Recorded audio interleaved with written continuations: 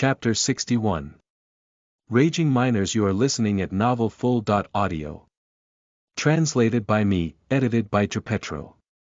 Within the Dragon Creek Beach factory, having heard Xiao Wen's report, Yi Qing couldn't help but hit his leg and laugh. The monsters were truly the best. Within just an afternoon, Owen's scooter manufacturing was royally screwed. Having had his laugh, Yi Qing returned back to his usual self and continued with his low-key development. Now the monster factory had entered the manufacturing ranking list, yet with a look, it was only ranked at the lower end at 900 someplace. Yi Qing seriously had the urge to dig a hole and hide inside. Being in possession of such outrageous abilities, yet he couldn't even break into Zhongyan's top 500. Well, this also had to do with his terrible starting point and how long he'd been in business. Going from no earnings to having a net worth of millions in under a month, to speak the truth, it was even better than being a contestant on Chinese Dream Show. From the looks of it, to increase in rank on the manufacturing rankings, just increasing profits alone wasn't enough. As there were bunches of wealthy individuals with tons of money, especially those who were investors or land tycoons. Yet, even if their influences were involved, then all of them added together probably couldn't even compare with half of Huaxing Heavy Industries chairman like Huaxing. These people had money, yet if Central comes out with some new policy, or somehow the market changes, then they were all pretty much finished. Yet Huaxing Heavy Industry was different. Maybe Li Huaxing's personal net worth couldn't enter the top 5 in Zhongyan, but Huaxing Heavy Industries' total net worth was definitely more than all of the top individuals combined. The leading manufacturing company in Zhongyan, not only did they submit hundreds of millions in taxes annually, but they also provided jobs to tens of thousands of people nationwide. What's more, the outsourced work from Huaxing Heavy Industry, plus the materials purchased by them, was the reason for the huge increase in Zhongyan's GDP annually. And Huaxing Heavy Industry was a must-visit place for any inspection team from above. This was Zhongyan's leading manufacturer, as well as the jewel of Zhongyan municipality. From there you could understand how it was for Yi Qing to increase in ranking. Not only does he need to expand the factory, he also needed to spread his influence. To put it simply, he basically needed to increase the factory's capital assets, and increase product sales. Yi Qing suddenly recalled that the level 3 monster factory came with its own set of black tech. Before, he was busy with the knockoff problem, so he didn't have time to explore, but now he had got more than enough time to. Black tech was naturally the foundation of expanding the factory. Yi Qing very quickly went through the research lab, and found the new blueprints. Artificial mechanical limbs, metal smelting center, unsellable, ionized environmental purifier, nickel, titanium memory alloy. For new blueprints, yet every single one of them were just that domineering. Except there was this, metal smelting center, unsellable, which left Yi Qing quite puzzled. The price of the blueprint was also somewhat expensive, requiring 1,000 gold coins for a copy. But, to be fair, the cost for each of the blueprints were all expensive. Take the artificial mechanical limbs for example. That topic had always been a big problem for those in the mechanical movement industry. It was also a very popular research topic, with a very promising future. Long-distance medical surgery procedures in high temperature, poisonous, and other difficult environments all couldn't be done. Civilian usage was also far and wide. Household robotic maid, amputee rehabilitation, massages and so on. However, as of right now, mechanical limbs still faced many technical difficulties. For example, the sluggish movement system, and the inability to control exerted powers. A hand has 14 finger bones, 5 palm bones, 8 wrist bones, a total of 27 pieces of bones. To perfectly imitate hand movements, then there needs to be at least 27 different movement systems. As for how to perfectly synchronize the movement of these 27 systems, to perfect a human's movement, was undoubtedly a question that forced many engineers to suicide. In addition, the level 3 monster factory also unlocked a new summonable monster, the Raging Miner. After pressing the monster's portrait, Yi Qing received quite the scare. This was a non-human-shaped monster. This was a monster with a strange horn on their dragon-shaped skull, with blood-red eyes. Their bodies were covered in black armored scales with triangle-shaped spikes growing out of their backs. They had Wolverine-like sharp claws, and a sawtooth-covered tail. Summoning cost: 500 gold coins. Too freaking expensive. Yet this kind of monster was undoubtedly super catchy. They kind of look like Deathclaws, except they were classified as miners and had some stupidly high work efficiency. Without investment, where was the development? Yi Qing, with no regrets, immediately charged 600,000, for a total of 7,000 gold coins. Immediately after, he bought all 4 of the new blueprints, and quickly hired 3 of the raging miners. To Noel.n when the white mist disappeared, the closed-off yard welcomed 3.6-meter-long dinosaurs with apparently metal alloy claws and horns. Roar! As soon as the 3 raging miners appeared, they stood on their hind legs and roared, just like T-Rexes. On their hind legs, they exceeded the height of the surrounding walls, and when Yi Qing stood beside them he could only reach up to their thighs. Raging miner. They are the superstars of mining industry.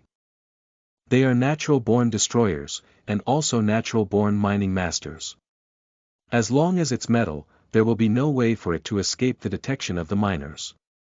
Having finished reading the introduction, Yi Qing clearly felt that the intro was just too conservative. Seriously, those guys have a body build and claws similar to that of Wolverine, and 2 horns that could easily pierce through tank armor. Those guys should really go back to the Cretaceous era and hunt down those big dinos, instead of being miners. As for the severe height difference, it had Yi Qing stunned and afraid at the same time. These monsters were clearly more powerful than T-Rexes, unable to wear the disguise uniforms and definitely unable to fit inside the workshop. Just as Yi Qing thought of recalling them back into the monster factory, Yi Qing suddenly recalled that there was a very concealed cave within the surrounding hills. There was more than enough space inside to house the 3 of them, yet Yi Qing just didn't know whether or not there were any metal veins underneath. However, having these guys empty it out was definitely not a problem. Pondering up to there, Yi Qing immediately recalled the 3 raging miners. Taking advantage of the fact that the tide hadn't risen yet, Yi Qing climbed into the hidden cave, and summoned the 3 raging miners again. As there wasn't any lighting there, the 6 orange-sized blood-red eyes had Yi Qing's hairs stand on end, so he also summoned the MPCV to act as a movable lighting platform. This time the normally spacious cave suddenly became very crowded. Yi Qing hid inside the MPCV and gave them the command to expand and mine out the cave. Roar! The 3 raging miners roared simultaneously as they moved their powerful hind legs to the end of the cave. Their front claws were made out of 3 claw tips, and each claw tip had a half-meter-long razor-sharp claw blade. Then the 3 raging miners, under Yi Qing's careful watch, began to headbutt against the walls of the cave. Boom boom boom! With every headbutt, Yi Qing's heart beat once, and the MPCV also shook once. The solid rock surface also began to crack open. Those cracked rock walls soon after experienced what being tofu felt like. The raging miners just clawed at it a couple of times with their claws, and large chunks of broken rock began to rustle down. Yi Qing didn't dare to stay any longer. Even under the protection of the MPCV, Yi Qing still felt it was too dangerous to stay with the raging miners. So he immediately ran out of the cave and left them down there independently to carve out the cave. Right outside of the cave was the sea, so the tons of loose rocks also has a great place to be dumped, or they could be gathered to be used as construction materials later. Returning to the factory, Yi Qing continued with his research on the several blueprints. All 4 of the new blueprints had already been bought. And it was after reading through all the inner details of the blueprints, that Yi Qing finally understood what metal smelting center, unsellable, was. To put it simply, it was a building. A building unique to the monster factory. The building's outer appearance was full of metal and machinery. It had a huge metal melting furnace, immense stamping press, and gigantic quenching tank. At the same time, it was also one of the required structures to make the nickel-titanium memory alloy. With it, Yi Qing could create metal materials that were stronger than any known alloy, no matter if it was yield resistance, tensile strength, or any other factor. Chapter 62. The Giant Mechanical Hand. You are listening at novelfull.audio. Translated by me, edited by Trapetro. To be perfectly honest, Yi Qing's monster factory only had one real product, the rapid metal engraver. The scooters were only an assembly product for his dad's old factory, so now there was a question. To expand and strengthen a factory by only selling a single product was the biggest joke ever. Hence Yi Qing needed to figure out of the three new black techs, which one was easiest to make and will have wide reaches once it's made. Titanium memory alloy, so far looked super easy. All it needed was to first build a metal smelting center, but the smelting center was just too difficult to build. Yi Qing was prepared to wait until the raging miners had expanded the cavern to a certain extent, and build the smelting center hidden in the cave and away from prying eyes. Yi Qing opened up the last blueprint and carefully examined the artificial mechanical limb. When he was still in university, one of his profs said, mechanical movement was one of the easiest topics in the mechanical world, yet it was also one of the most complex. Single-joint mechanical movement was super easy, to the point that a piece of magnet can easily do it. However, if looking to synchronize multiple mechanical movements and perfect it, then the difficulty was through the roof. Lathes were the perfect example. Back when the 5-axle CNC lathes was ruling the sky on the international scene, domestically we were still stuck with the 3 axles to get things done. As for the 5 axles, they were just like divine tool that you could only dream of. The helper arm on the 5-axle lathe looked very much like a human arm. It could accomplish various degrees of accurate processing, yet it didn't have a palm or an arm. A hand has 14 finger bones, and 5 palm bones. What does the 5-axle CNC lathes have? Only a drill bit. From this you could understand the difficulties involved in wanting to completely mimic human hand movements. Yes, it was all the precision's fault. Without precision, all the artificial mechanic arms could do, so far, is destroy. Hoping on these things to perform long-distance surgery was like cutting open someone's stomach to remove the appendix, but instead cutting out the intestines. Then when it was time to sew up, instead of sewing up the cut, it stitches up the belly button. Even with all those downsides, Yi Qing still had great expectations for mechanical limbs.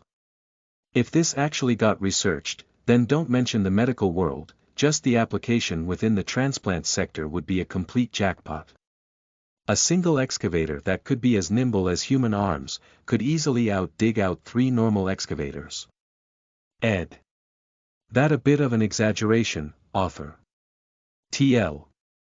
Straight up foreshadowing.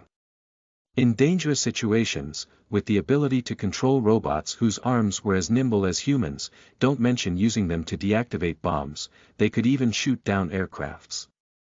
The problems with cars having a super difficult time getting up and down mountains would also be solved. Just add 4 arms onto the car, and it becomes a climbing cheetah. If that's still not enough, then add 4 more and it becomes a spider. So far there are 3 ways to make mechanical arms move. Pneumatics, fluids, and electric. Pneumatics were the simplest, fluids had the biggest strength, and electric had the highest precision. This was an electric and fluid-powered mechanical blueprint, as it completely combined the advantages of both electric and fluid systems. The blueprint was extremely detailed. Just with some enlargements, it was possible to see any part structure in sketches. Even if it was within the servo machine, there were countless coils of solenoids, which were supposed to increase the electric resistance within the control system. After examining it for more than 10 minutes, Yi Qing's mind was literally blown and fried. Just the servo machine and hydraulic fluids within the electric fluid drive had already completely stumped Yi Qing. Let's go examine the ionized environmental purifier for now. The ionized environmental purifier, from the looks of it, could either be a negative ion air purifier, or an upgraded version of the electrostatic precipitators. Those two types of equipment Yi Qing was quite familiar with. Lots of factories had electrostatic precipitators installed. Their working principle was very simple: through the release of ions, they cause oxygen or dust in the air to create static electricity. Through mutual absorption they increase in mass and drop out of the air. Then they are absorbed onto a piece of metal plate with an opposite electrode. Then, after careful examination, Yi Qing found himself to have seriously underestimated all these new black techs. The ionized environmental purifier, not only could it work in the air, it could still fire off special ions in accordance to the character of the surrounding pollutants even if it was put in the water. This would cause the pollutants to become electrolyzed, and mutually attract each other towards where the machine was. The ion transmitter was the central core of the machine. Yet with just a glance of the structural design, Yi Qing already gave up. Because that thing's complexity was on par with that of a particle accelerator. It was just better to further research the not so much simpler mechanical limbs. At least much of the hydraulics and hydraulic fluids could be replaced with existing ones. As for those beyond human precision parts, they could also be made by the master artisans. Mechanical limbs also included some movement capture equipment. The movement capture equipment wasn't too difficult to make, completely possible to make with the present technological level. Wanting to make a sample as soon as possible, Yi Qing called over several master artisans. Together they researched how to create the mechanical limb with the available materials in the workshop. The mechanical limb was from head to toe a domineering black tech. Just the structural design alone was enough to force mass engineer layoffs. The difference here was just like when AF.22 Raptor stealth fighter was put up against a World War II-era propeller fighter. The servo motors inside were the definition of being ahead of their time. Having discussed everything with the master artisans, Yi Qing found that, if they were to use existing materials as replacements, then there was no way to make it as small as a human limb. It had to be at least 10 times larger. The hydraulics became much easier to make after enlargement, and stainless steel was more than enough to create the hydraulic parts and chambers. There were also piles of servo and stepper motors available in the workshop, used for creating other machines. Having cleared the engineering processes, Yi Qing had the master artisans begin work immediately. The hydraulics of the mechanical limbs was somewhat like the hydraulic system on an excavator, except a lot more complicated. Yi even opened the Monster Factory app store to buy several more drilling platforms and stainless steel cutters just to raise the work efficiency of the factory. Yet just when he finished his shopping, his father called. "Your uncle and Xiao Hu's going to be in Zhongyun tomorrow at noon. I've already booked a room at the Marriott to celebrate." Yi Jiangning had been extremely happy since getting back on his feet. The ever-increasing sales of the electronic scooters had him find back that confidence he had so many years ago. "Uncle's gonna come over." Yi Qing was a bit surprised. His uncle, who lives out of the province, was really hard to meet, but the two families had always been on good terms. "Yeah, Xiao Hu just got accepted by our University of Zhongyun." "So your uncle decided to specifically bring him over for sightseeing." The University of Zhongyun, where Yi Qing graduated from, ranked in the top 20s within the national university rankings. So naturally it was a good choice. Xiao Hu's full name was Su Xiaohu, and was his uncle's grandson. When he was little he spent a period of time with Yi Qing, and Yi Qing also quite liked the straightforward attitude of this little nephew of his. "Oh right." Yi Jiangning delightedly asked with hints of doubt. "Did you do some advertising on TV or something? How come I got a bunch of long-distance calls this morning from scooter dealers across the country making purchases? I even gotten calls from towns right on the border." "No. Don't you know how much it would cost to do nationwide advertisements?" Yi Qing did some quick calculations and found that even if he sold both factories, he still wouldn't have enough. "Strange. Our scooters are only known within Zhongyun," yet today the orders from across the whole nation totaled up to over 300. Hold on a sec. Another long-distance call, probably another scooter dealer looking to order. The phone immediately went on hold. 2 minutes later, Yi Jiangning finished his call and told Yi Qing. It really was another out-of-the-province dealer, and he ordered 20 right of the bat.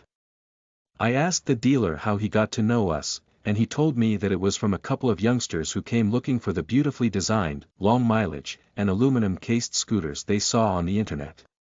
The dealer went looking at the scooter market in Zhongyun and found us. Holy shit, this is strange, I didn't pay for any advertisements. Recently Yi Qing didn't even have time to go online.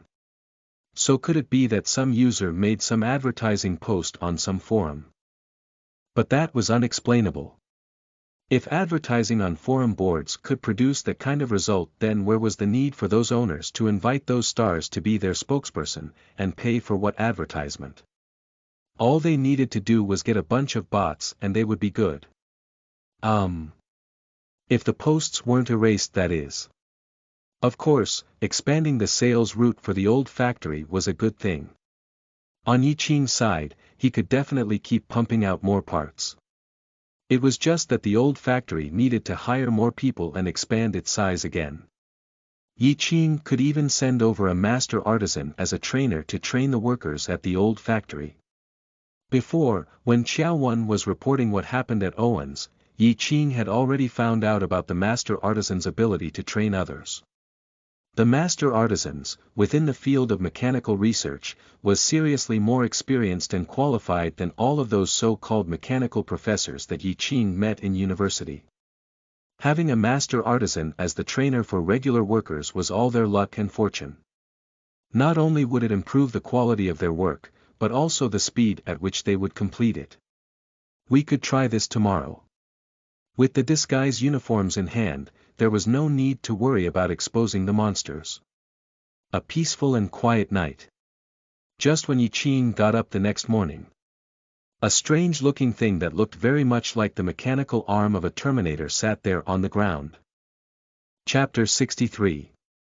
Applications of the mechanical hand. You are listening at novelfull.audio. Translated by me, edited by Trapetro. How big was this mechanical arm? Standing up, it was about the size of a leather executive's chair. A metal base was at the bottom, yet the mechanical hand was installed on top of the base in order for it to be level. Xiao 1 and Xiao 2 were putting on the final touches. Through the use of control software that was similar to that in the CNC machines, the mechanical hand was opening and closing with a ka-ka-ka sound. Boss, in accordance with your instructions, the mechanical hand has been completed. Xiao 1, who was wearing a royal blue uniform, laughingly said. The movement capture system can't be made at the moment, but the mechanical movements are not a problem. Having taken over the controls, Yi Qing fooled around with it for a bit. The mechanical arm has 3 joints. Its movements were not only slow, but also very noisy. While it was moving, it was also possible to feel the rigidity of the mechanics.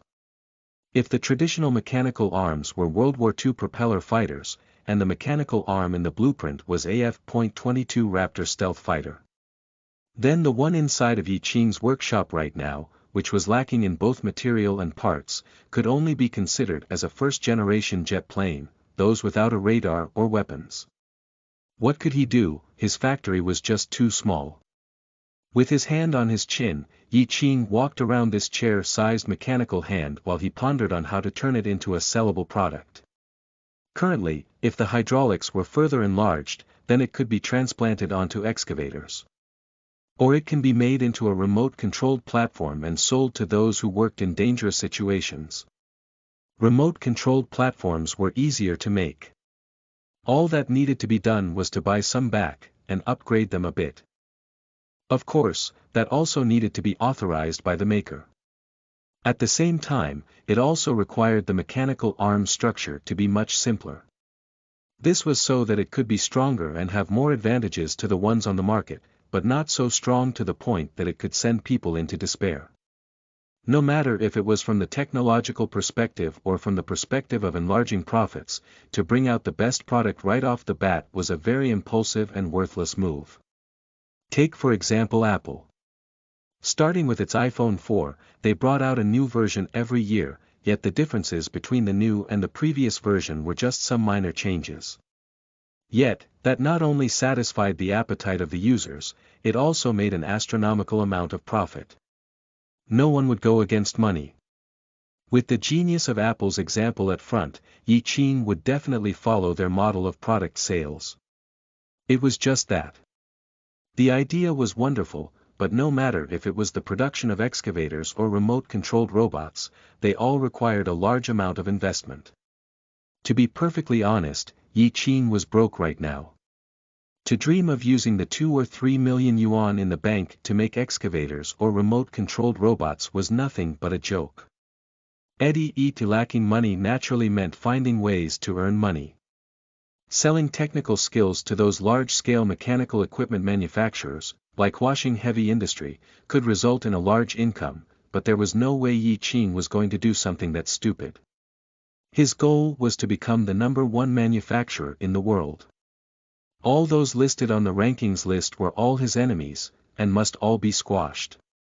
Selling them skills meant that they would use their already established product network to sell their product all over the world.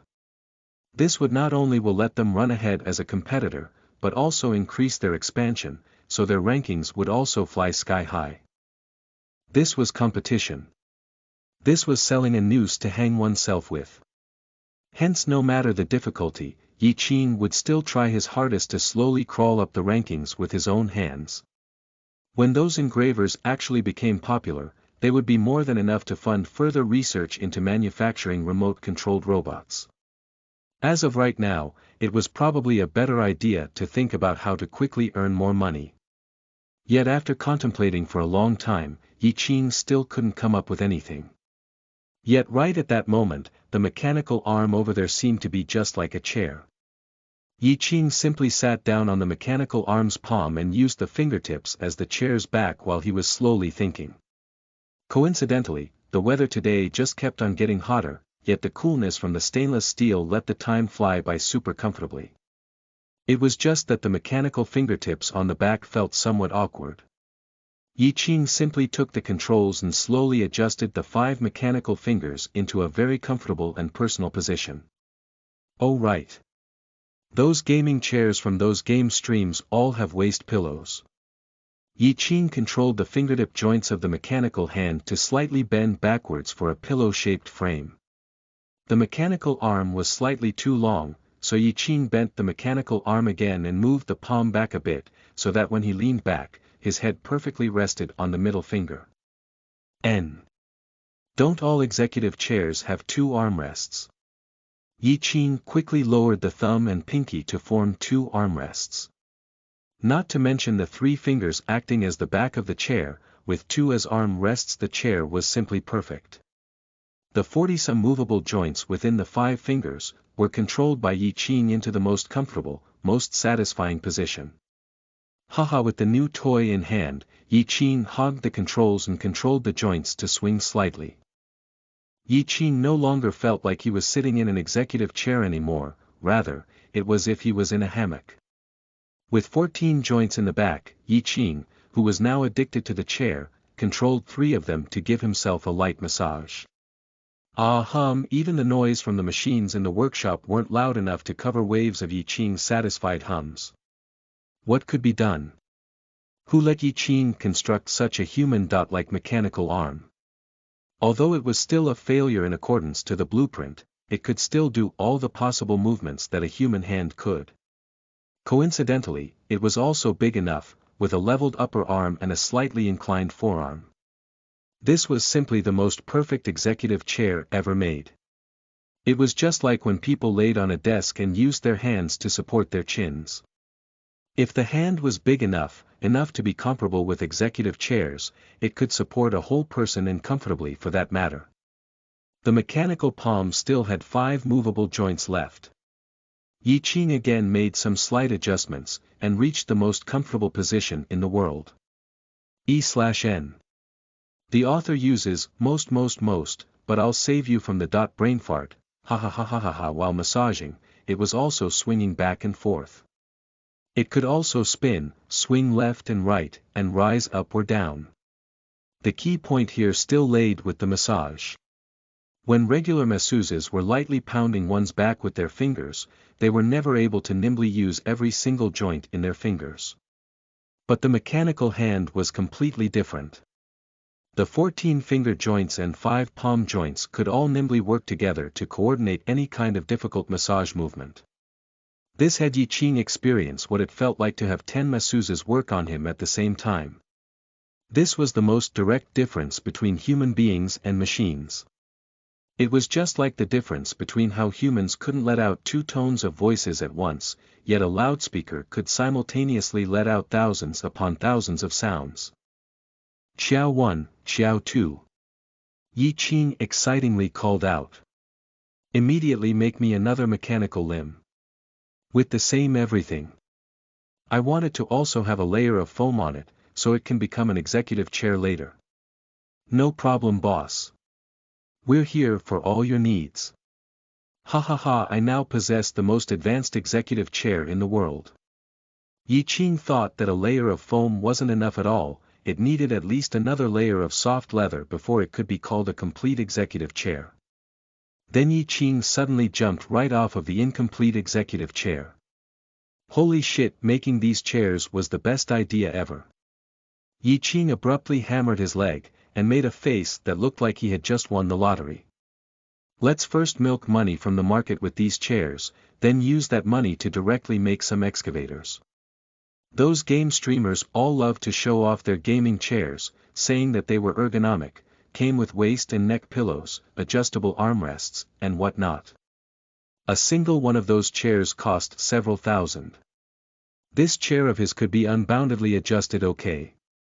Even if it was someone with severe hemorrhoids, with just a slight curl of the palm, even they could sit comfortably okay. Adjustable armrests. His armrests could be adjusted into any position, and could even lightly massage your legs as well. Add on a cup holder on the armrest, and it could liberate both of your hands to let you experience a never-before-felt pleasure. High-end executive chairs come with massaging abilities. I'm very sorry, but as long as you install a massage program on mine, you would be able to experience massages from master-level masseuses, and it was 10 of them together at that. Rocking chair. With your girlfriend on your lap, the mechanical palm could dip and curl, and let you do and experience the same things and feelings without a single movement, okay? The 2 armrests could even help you do all kinds of movements and even act as tools. Rotating rocking chair. The 2 armrests could even act as safety belts to protect you. Add on the nimble mechanical arm, and you could even experience the thrill that was only available at amusement parks right at home. Pair it with VR glasses, and you would pretty much feel like you've been teleported alright. That kind of chair. Covered in memory foam and real leather, it needed to be worth at least 30 to 40,000. As for the production costs, it was at most 3,000. Even selling this for more than 10 times production cost, Yi Qing still felt like it was too cheap. As soon as these chairs entered the market, which boss wouldn't want one? Which man wouldn't want it? Which lady wouldn't? The absolute, most vital, most important thing was that this chair wasn't like an excavator or a drone, which needs tons of complex changes. With the 2 to 3 million yuan in the bank, Yi Qing felt that using it to make excavators would definitely bring lots of prestige and industry recognition. But using this much money to make excavators and drones was like just going hunting for a mature dragon with a level 1 character and a mana ring, alright. How easy was it to make a chair and a controller, which could contain all kinds of functional procedures to complete the aforementioned functions. There was only the unthought of, not the impossible. Then when the time came, he could be just like Apple with their S-series, Plus series, and whatnot.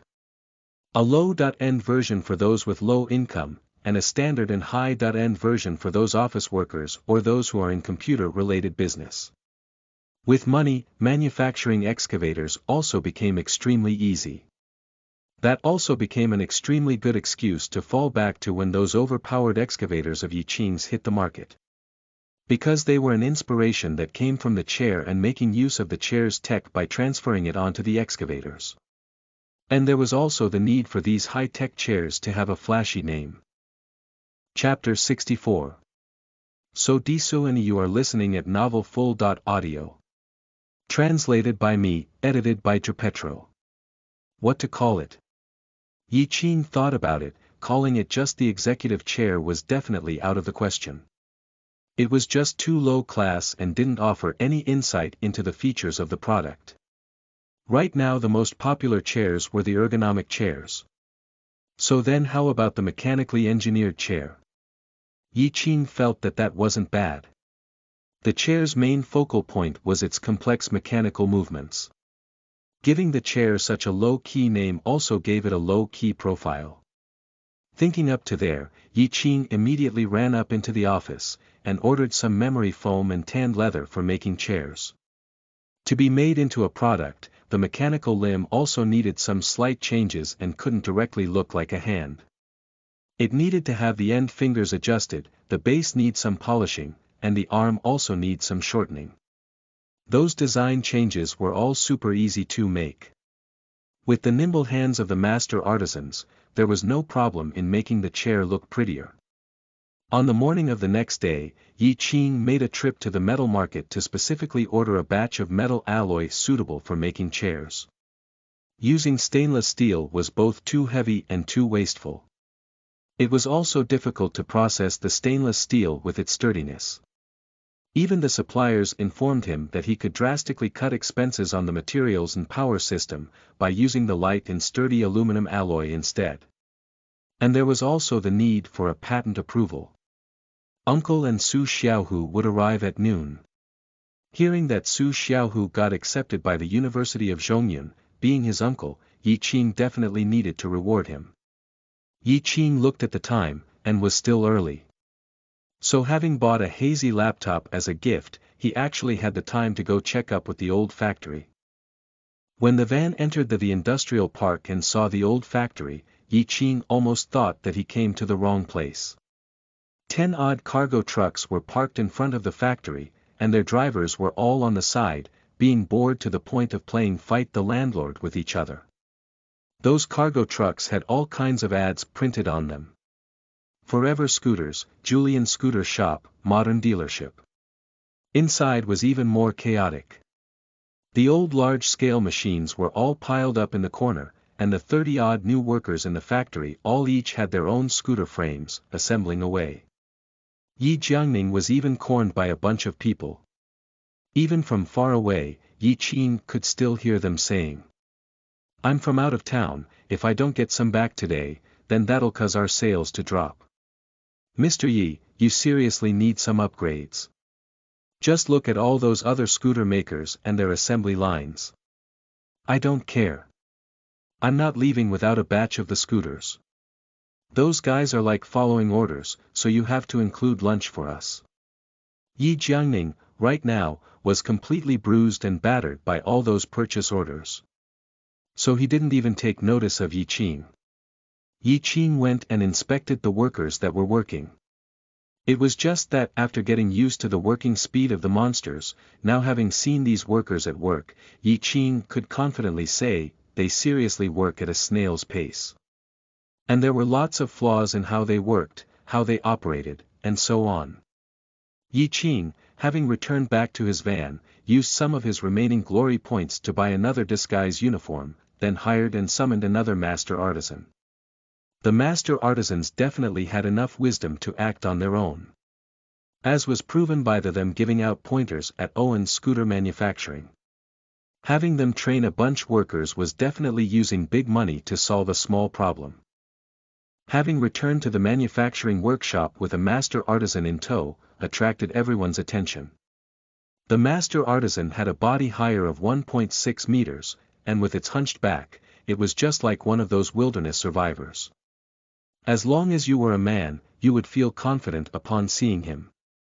Yi Jiangning greeted Yi Qing over the crowd and quickly escaped from there. "Hi there. Yi Jiangning thought this was Yi Qing's friend, so he warmly extended out his hand looking to shake the master artisan's hand. "Hello," the master artisan very politely returned the gesture.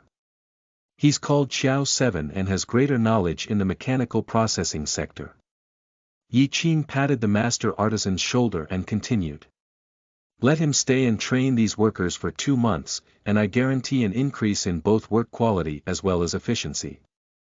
What was there to say against someone introduced by Yi Qing? Even if he was blind, Yi Jiangning would still accept him with no strings attached. Yi Jiangning cleared his throat and called all the workers over. Having quickly introduced Xiao 7, he immediately assigned him to the role of workshop manager. Those workers were all buff and healthy men. Seeing Xiao 7's height and malnutrition, they couldn't hold back their laughter. All right, everyone has their own hardships, now get to work," Yi Jiangning suggested. "This won't do at all," Yi Jiangning said as he pulled Yi Qing aside. "I don't know what happened, but even more scooters dealers called for purchases. Coming from all over the country, they've even filled up the product pipeline up to next month. Then hurry up and upgrade the factory, enlarge its coverage and get new manufacturing equipment." Yi Qing's was also not aware why the scooters were being sold all over the country. It was just like there was someone helping them advertise behind their backs. "I've got $1 million some cash on hand, plus with the ever-increasing sales, I think I can definitely get $8 million in loans from my friends at the bank." Yi Jiangning naturally wanted to expand the factory. Otherwise, just with production at this scale, there was no way he would be able to finish all the orders and he would definitely become a laughingstock for being such a failure at business. "We've got tons of open land beside us, just talk to the park managers and we can easily start building. It's just that factory's name definitely needs to change. The old factory was called Clear Sky Cutter Manufacturing. That name no longer fits anymore." Yi Jiangning suggested to change it to Typhoon Scooter Corporation. How about Typhoon Technologies? Yi Qing thought that using Scooter as the name might sound too offbeat, and Typhoon Technologies even sounded like some high-end company. Oh, this is good. Yi Jiangning felt a lot more high-class with this name. "Then I'll immediately head to the Bureau of Industry and Commerce to get the paperwork filled out, and when it's time I'll call you to sign it." Just as the father-son pair were happily chatting away, their mother called to tell them that his brother and Xiao Hu just arrived at Zhongyun, and asked them whether to meet them at home or at the restaurant. Glancing at the time, Yi Jiangning said to meet at the restaurant, as they were definitely tired from the trip on the bus, and could definitely use some nice food and refreshments. "You guys go and meet your uncle first, I'll come over as soon these workers get off for the day. Don't personally do everything. Xiao 7's very reliable, and can definitely hold the fort. So you can leave the production stuff to him." Haha, finally able to flip over. "I'll still be happy even if it's more busy and tiresome." Yi Jiangning laughed out loud and hurriedly sent Yi Qing off to the Marriott. The Marriott wasn't far at all. Before, when the factory was doing well, Yi Qing went there regularly. When he arrived at the Marriott in the van, his mom, Su Lanjing, was chatting away with a somewhat white-haired man with a large build that was wearing an old dress shirt. That was Su Xiaohu, his uncle's grandson, and Yi Qing's cousin's kid. It was just that after having not seen him for so many years, Yi Qing suddenly felt that he became a lot more handsome. That guy was bored out of his mind, was watching something on his phone. Uncle was 60-something this year. He was a soldier when he was young, and worked as a regular steelworker at Anshan Steelworks from discharge all the way until retirement. Maybe it was because he continued the values of the older generation steelworkers and soldiers, but his uncle's waist and back was always straight, and his voice was always loud. "Hi uncle," Yi Qing came up and gave his uncle a sturdy bear hug. "Wow, you've really grown in 2 years." Uncle happily stood up and patted Yi Qing's shoulder. "So where did your other half go? What is there to bring?" Yi Qing was seriously helpless. Now no matter who in the older generation he meets, none of them will ask about work, rather they would always ask where his other half was. That has pretty much now become the golden question. Then hurry up and find one. You really need to learn from your nephew, he's already switched multiple girlfriends. Uncle gave the young man a stare. Stop playing with that cell phone, why haven't you greeted your uncle yet? Hello uncle. Su Xiaohu had a very handsome face, and with his large build, even Yi Qing couldn't deny that just with that guy's appearance, he could easily find multiple girlfriends. What you playing with? Yi Qing sat down beside him with a smile. Watching streams. This IE girl's super good with ADC, it's just that she's too ugly. Su Xiaohu turned the Huawei cell phone around to let Yi Qing in on the show. Of course Yi Qing had played League of Legends before. It was just that his silver level skills were just too trashy, and he didn't have time to play anymore now. For streams I love watching Bing Fan play Nidalee. The disrespects and trashings are just too amusing. Plus she loves to swing around whenever she loses. Yi Qing also pulled out his cell phone and connected to the Wi-Fi, however he was only checking the news. Su Xiaohu stared impatiently at the iPhone 6 Plus in Yi Qing's hand. That expression was like he had just seen someone give away millions on the street. Of course the iPhone now had pretty crappy specs. So having stared at it for a bit, Su Xiaohu only felt that this uncle of his has only a bit more money than everyone else. Bing Fan's singing is just too difficult to hear, can't stand it at all. Su Xiaohu looked down and stared at Yi Qing. Oh right uncle, Douyu just got a super beautiful, ultra cute streamer named Daodu.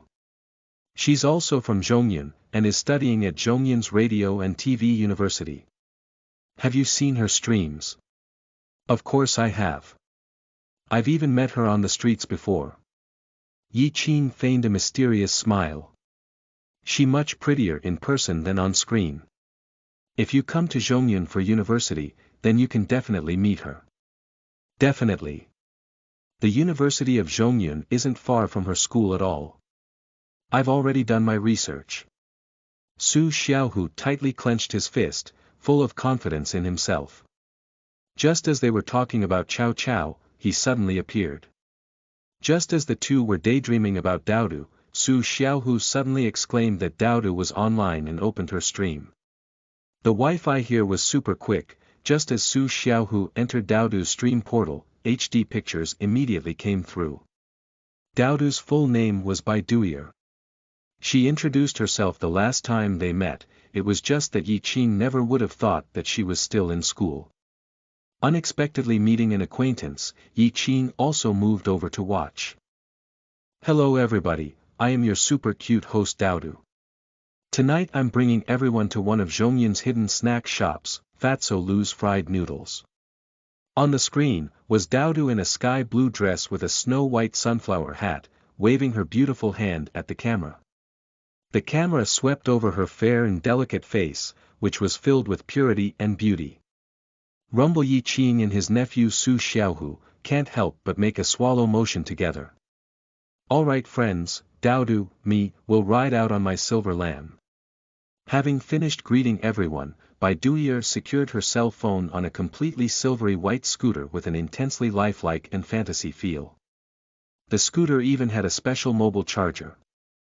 With that, Daodu's cell phone could actually last longer and result in a long stream for everyone. Holy shit steamer, what is that scooter, and why is it as flashy as Ferraris? Daodu, I beg of you, give your scooter more air time. Huh, I've already ordered one of those scooters. Worship me friends. Me too. I ask for worship. Haha my dealer here already went to Zhongyun to pick up the goods. When he comes back, I can finally ride the same scooter brand as my Daodu. My heart hurts for my Daodu. Getting the limelight stolen by a scooter. Forget it, the benevolent me is still going to do the dirty works. This scooter of Daodu's has already been introduced countless times by her. Chapter 65. The irritating customer service. You are listening at novelfull.audio. Translated by me, edited by Tripetro. Yi Qing's expression was just like a drama, changing with the seconds. Who would have thought that it was Daodu who was advertising the scooters? Not only did her audience across the nation see it, but they also got to know all the finer details of the typhoon. Even if it were TV ads, with their audiences in the hundreds of millions, that was still for only a couple of seconds. How could that stretch of time explain to everyone all the advantages of the scooter? Daodu, with her stream portal, each broadcast was 2 hours long, and she was even riding the scooter everywhere. How many people were watching the stream? Yi Qing took a glance at the viewer count, and found that it had already broke the 500,000 mark. Putting it right behind Wuwukai's stream. What does that mean? Although Douyu's data might be inflated, there's always viewers coming and going. Even if Daodu only streamed for a couple of days, it was still estimated that there would be at least 2 million people nationwide who had seen the scooter. For the past 2 days, the factory had been getting more and more calls from across the nation, and product deliveries had already been piled to a month later. It could be said that all the nationwide purchases were all thanks to Daodu. A full month of products, that was at least 8,000 scooters. Out of the 2 million viewer exposure, there were definitely a lot more people who would go to scooter dealerships to ask more details about the scooter. But the amount of people who would actually buy it wasn't high at all. But now the problem comes. There was no way that all these dealers would only buy and ship one from that far away. So at the very least they were going to need 5. Plus those dealers were all super well informed. Since many dealerships had been chased down by customers asking whether or not they had any of the Typhoon scooters, then that meant that those Typhoon scooters had become the must-haves and possessed a very high sales value. If it wasn't for the policies limiting the use of two-wheel scooters in many major cities, the order total would most likely double if not quadruple. What did monthly sales of 8,000 truly mean? Every scooter sold made 1,500 in pure profits, so that was a monthly profit of 12 million for the factory. That wasn't a dream, but the cold-hearted reality. And those were the results caused by Daodu unknowing advertisements. Riding the scooter towards all kinds of tasty joints in Zhongyun could be a very boring trip. So Daodu used that time to connect with the audience and answer any question they might have, including introducing her newly bought scooter. And it was this unknowingness that caused the scooter to explode all across the country. Of course, the superior quality scooter plus its super classy looks were the main reasons why viewers sought after it. If it was any normal scooter, then it would have been forgotten about a long time ago. Yet if it weren't Daodu doing her unknown advertising, then it would take ages before the factory could sell it across the nation. Now, finally the mystery had been solved. Yi Qing immediately exited the room and called his dad to inform him why the scooters suddenly became so sought after. Although Yi Jiangning didn't watch streams, but he was more than capable with the internet. Even before data usage became a necessity in Zhongyun, he was already on QQ and surfing through forums. Hence, when Yi Jiangning opened the link sent by Yi Qing, and saw a girl with supermodel looks, riding his scooter around on the streets and even answering questions about it, Yi Jiangning already saw through what this girl was unknowingly doing. The unimaginable advertisement effects and the unthought of sales left him completely speechless and in tears. After having eaten lunch, Yi Qing drove everyone back home. Yi Qing dragged Su Xiaohu off to the side and stealthily shoved his congratulatory gift over while his mother was chatting away with his uncle. That was an unopened hazy God of War gaming laptop that was labeled at more than 4,800. That was a truly expensive gift, and the not-so-wealthy Su Xiaohu didn't know whether or not he should accept it anymore. Of course he heard of the constantly improving factory from his aunt during lunch.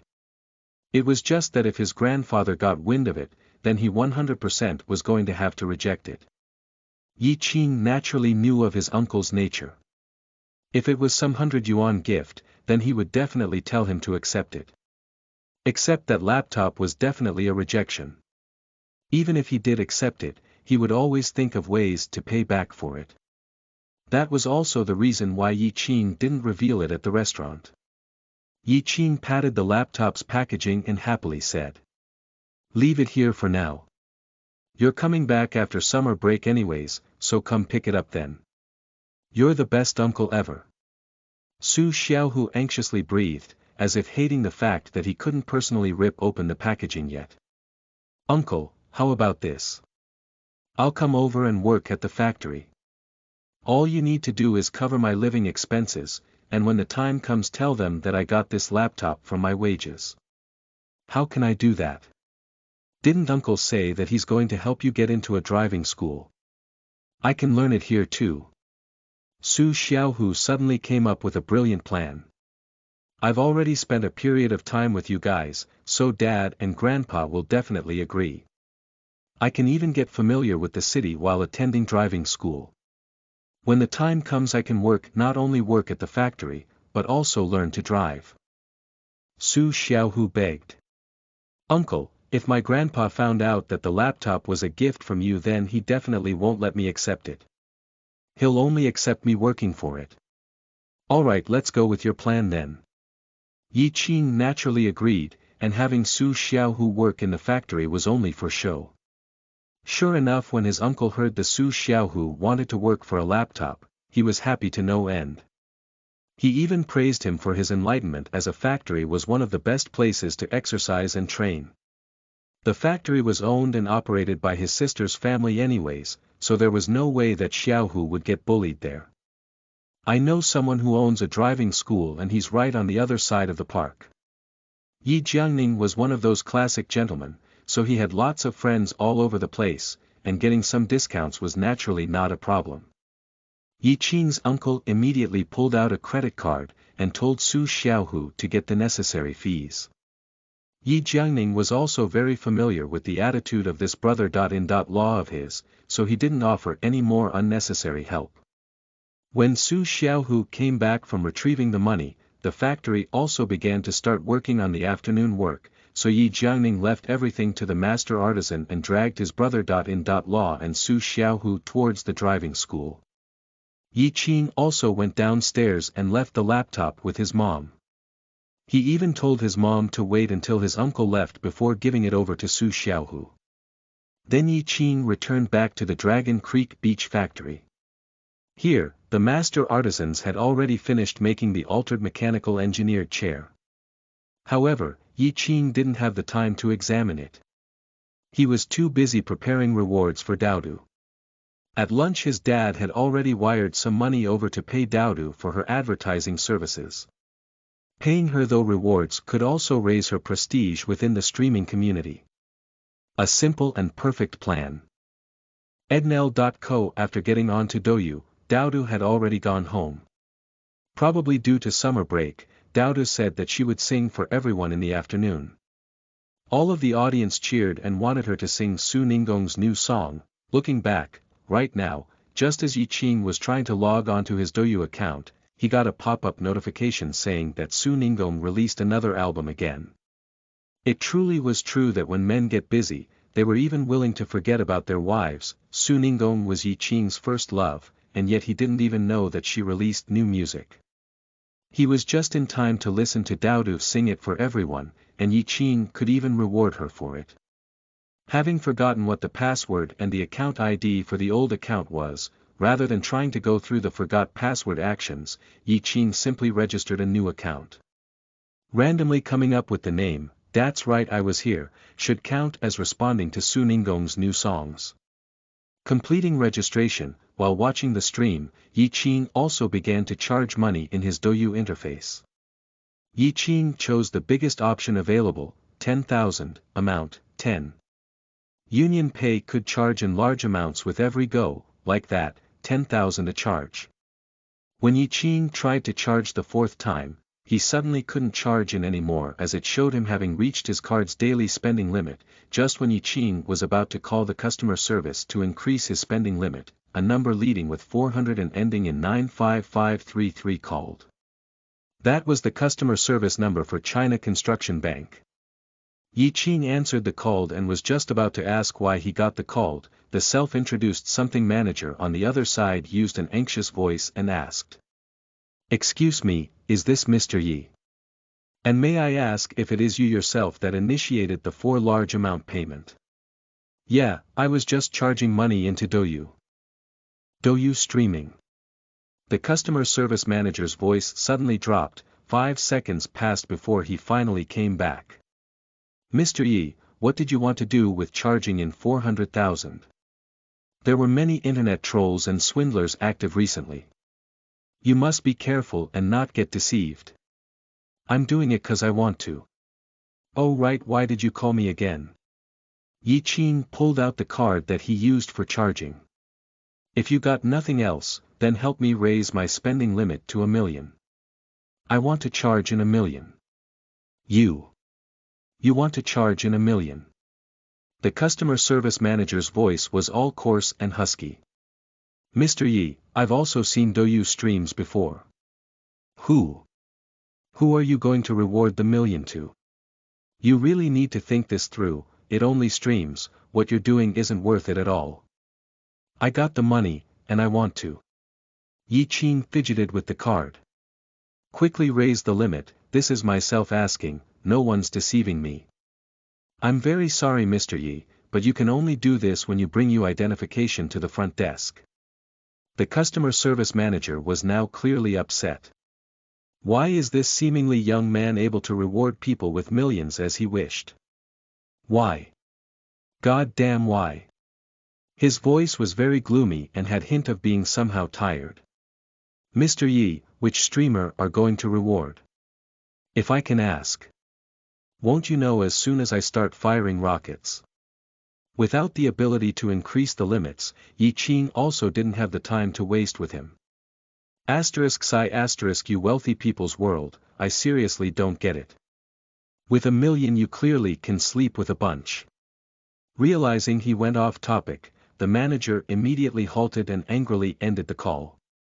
The cards had a 400,000 daily spending limit, but instant wire transfer limit was 2 million. Yi Qing transferred the rest of the 600,000 into 2 other cards, and used the online banking to continue charging. Having worked for half an hour, Yi Qing finally got the million yuan all changed into Douyu's online credits. Crack crack. After adjusting his position, he stretched out his fingers for a bit, and prepared himself for the 2,000 rockets to be readied. Now let the rewards begin. Chapter 066. Oh. Cool rockets. You are listening at novelfull.audio. Translated by me, edited by Trapetro. To be completely honest, Yi Qing hadn't ever fired off any rockets before. If you actually wanted to find something similar, then it had to be leaving a favorable review and donation for a favorite author on Qidian, then having the review be stickied and have it seen by all the readers. Of course Yi Qing has never had that happen to him, but he had seen many of the wealthy readers give out money like it was candy. Truly very envious. Now he could finally experience what it felt like to be rich and wealthy. At the moment in the stream, Doudu was sitting in front of the computer, setting up her microphone. And unlike some other girl streamers who loved their special effects, Doudu's stream was very pure, only her and nothing else, including special effects. It was also only something like this that could display how pure Doudu was. "Hello," having set up the mic, Doudu sweetly greeted everyone. Since everyone wanted to hear Su Ningong's new song, Looking Back, I'll try my best to sing it for everyone. I've prepared my headphones a long time ago, Doudu start already. I've got my Grotto RS1E headset ready, don't be jealous guys. You guys seriously, who cares about the brand, it's good as long as it's less than 10,000. Hearing that Doudu was ready to sing, the banners clearly began to drop, and people in the chat all started to hype up. When the graceful melody began to flow, even Yi Qing raised up the volume on his computer's sound system. There used to be someone who loved me. There used to be someone who used to write me love letters to confess. There used to be someone who followed in my wake, explored every corner I went. I wanted you to personally confess to me, to let me understand what love truly is. The chat occasionally floated past. 666, first love. I wanna cry. I want to find my true love. Elegant music coupled with powerful lyrics, had Yi Qing become intoxicated, and even sink into deep thought. Because the first ever love letter Su Ningong received was from Yi Qing during 4th grade. That Yi Qing could guarantee with his pride and manhood on the line that he was the first. 5 seconds later, Yi Qing was slapped back into the ice-cold reality. Because someone in the chat informed everyone that this was the ending song Su Ningong wrote for a new-to-be-released movie. What's more, she was also the female lead in it.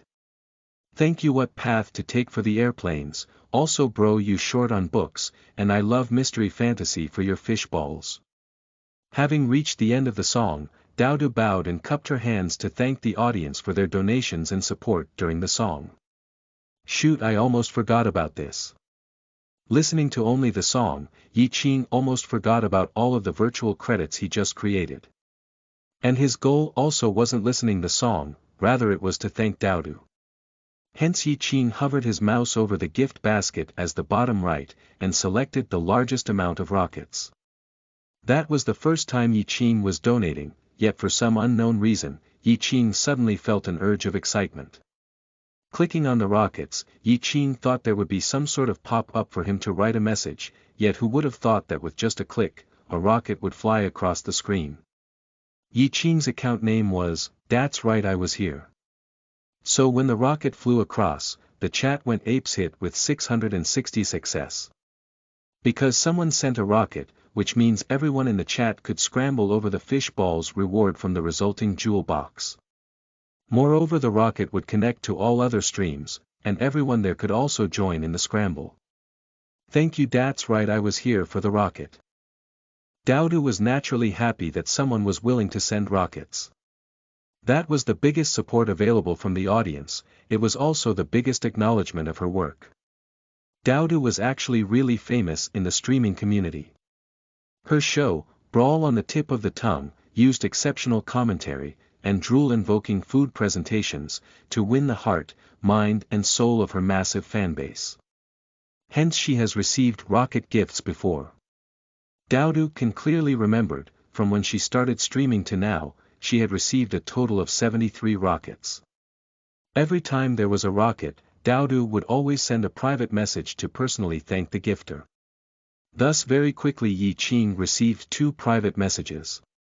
One from Dowdu for thanks, and the other was from one of Dowdu's stream's admins to inform Yi Qing of a VIP fan group and how to join it. Yi Qing didn't pay these messages any mind, rather he continued with sending the rockets. The feeling was simply too intoxicating. An uncountable amount of people were all praise him, all of Douyu's massive viewership could see his name roll across their banners.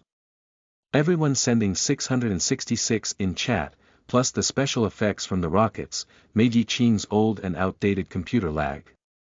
He continued sending some rockets but nothing happened, but he continued to madly send them anyway, then the screen froze as a massive barrage of tightly packed rockets flew across. Dowdu, who was focused on singing, suddenly paused, just like having seen something completely inconceivable, covered her mouth, and continued to stare at the screen with wide eyes. The hundreds of thousands of viewers, just like having all seen a living ghost together, all went quiet. To this silence the row of more than 40 rockets flew across.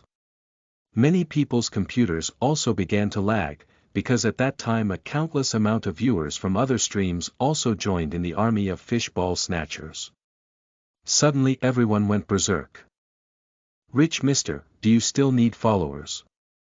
Both of my legs are jello now, I bow down to you mister." 40, suddenly, my heart's eternal. That's right, I was here viewer, may I ask? May I ask why you suddenly gifted so many rockets? Dowdu had some difficulty speaking, she was even wondering whether or not this viewer was in the right room. And because of all the donations, Yi Qing also became a chat admin, and his messages within the chat would have prefixes and different colors. Yi Qing stated that his computer froze back there, seeing nothing happening, so he sent that much. Oh my pitiful mister. Why would you charge this much virtual credits? Doyu's pretty black-hearted. It doesn't confirm with you whether or not you want to send, it'll just do it. Don't ask me how I know this, I've been deceived before. Yet for some unknown reason, Dowda, seeing the audience say it was all lag, suddenly felt some heavy responsibility on her shoulder. 1 or 2 rockets might make her happy, but 40 rockets, meant a price tag of more than 20,000, gave her quite the pressure. Hence she very quickly sent Yi Qing a message saying that it was alright. When she got the money from the gifts, she would return it to Yi Qing, it was just that the site would take a cut.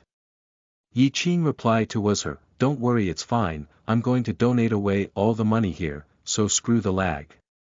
Then Yi Qing didn't give Dowdu any time to think, or give time for the audience to snap back. As he started to send off even more rockets one by one. 50, 60, 70, 100. In the wake of that many rockets, there was no break in the screen as an endless row of rockets flew across the stream, or it could be said to be across every single stream on the site. Everyone stared on at this rare feast for the eyes. The viewer numbers for the Steam, from 400-some thousand, in an indescribable speed, suddenly popped to over 1 million. Yet this "That's right, I was here" super rich viewer, continued to endlessly send off rockets. Many of the viewers' computers started to lag, what's more, even those who have banners turned off also began to lag. Because rockets came with their own animation, so a rocket a second of animation eats up tons of the GPU. It was a good thing that there was an option to turn off animations, which Yi Qing also found and pressed. "Mr. Don't lie. You clearly kept on sending, yet you say you're lagging. This Mr. seriously knows how to joke around. One of his graphic card can probably make up for 10 of our computers. Mom asked me why I'm watching the stream kneeling, I said I'm watching rockets fly by. I'm the boss of this street here, and no one has ever tried to mess with me before. Now that I've been screwed over by Mr., I truly feel honored." Some viewers spent some money to get a different color for their texts. Normally when they donate, the most they would get back is some thanks from the streamer. Yet now they must spend money to keep their banners going, otherwise it would just get drowned away. Rockets, just like before, endlessly kept on coming. Their counter had already surpassed 300. At that moment the rockets' jewel boxes all began to open. The already waiting viewers, all fought over one another to try to snatch the fish balls. Right now how could Dowda still sing her songs? She was just sitting there dumbfounded watching the chaos go on. The audience were also dumbfounded, as the most rockets ever sent before was only 200-something. Now that record had been easily smashed to smithereens and beyond. What's more, this godly rich man didn't take the regular routes at all. Normally all those wealthy individuals who fire off rockets love to wait for the animation of the rocket to stop before sending off the next one. That way they could have their names remain on screen for the longest possible time. Yet as for this godly rich man, he was completely in a life or death mode, with no pauses between mouse clicks at all. Definitely expensive, to use white jade to place the gold on a horse, but totally worth it. Yi Qing wild gold tossing style, had completely and utterly smashed everyone dumbfounded and speechless. Chapter 067. The spam continues. You are listening at novelfull.audio. Translated by me, edited by Trapetro. Seeing the still increasing number of rockets, the countless viewers went nuts and relayed this to their friends and online forums. They used the most descriptive and excitement-invoking words they could think of to describe what was happening on Dowdu's stream. In addition to links to the stream. When some forum users got linked in, and saw what was going on, the rocket counter had already surpassed the 500 mark. Everyone remembered Dowdu's stream and at the same time remembered the "That's right, I was here" super rich mister. There was like a never-ending supply of fish balls dropping. The viewers were delighted to the point where they already forgot to spam 660 success, rather they all followed in the wake of the rocket counter, and helped Yi Qing count all the spam he fired. 551, 552, 553. Right now Dowdoo's viewer count had already surpassed 3 million. What's more, every time someone refreshed the page, the view count was still visibly increasing. On other streams, some singer and dancer streams all stopped their performances in despair, and dumbfoundedly looked on as their hard-earned views all disappeared. Yup, that's right, those people all ran off to the rocket and jewel box snatching festival on Dowdoo's stream. Some streamers gave up and actually switched their stream over to Dowdoo's and watched on as she continued on to break and set old and new records. A streamer who was dubbed as ugly by his audience, right now was facing a losing battle as Lucian in League of Legends. Under the situation where all his teammates were either dead or ran off, he, kiting around the base with beyond imaginable skills, outplayed the enemy, got a quadra kill and avoided getting dead right then and there. Just when he finished off the last enemy champion, he let out a sigh of relief, and yelled, "How was that? Can we get some 666 in the chat please?" Normally for streamers like him, they would always have at least 2 monitors.